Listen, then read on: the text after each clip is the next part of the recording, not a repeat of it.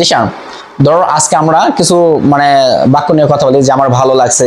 আর ধরো অনেক সময় আমরা রেস্টুরেন্টে যাই, বলি যে খাবার টেস্ট হবে কিনা, তখন কেউ একজন বলে যে আচ্ছা একটু খেয়ে দেখ। তখন আমরা একটু খেয়ে দেখি। তারপরে আবার কেউ বলে তুই কি আগের মতো ভালো আছোস, এমন অনেক কিছুই আমরা বলে থাকি। সো সেই সম্পর্কেই আমরা কিছু বাক্য শিখি। ধরো তোমাকে কেউ বলো যে আমার ভালো লাগছে, কি বলো? I feel good.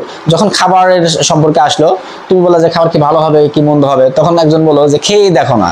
At last, বলছে at least take taste. Take taste, বলছে অ্যাট লিস্ট টেক টেস্ট, যে আগে তুমি কি করো, খেয়ে দেখো যে খাবারটা ভালো কি মন্দ।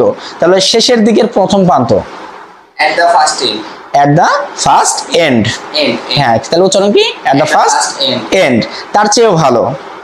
Better than that. Better than that, অনেক আগে। Wrong. অনেক সময় আমরা কাজ করতে গেলে বলি যে সময়ের আগে ভাগে।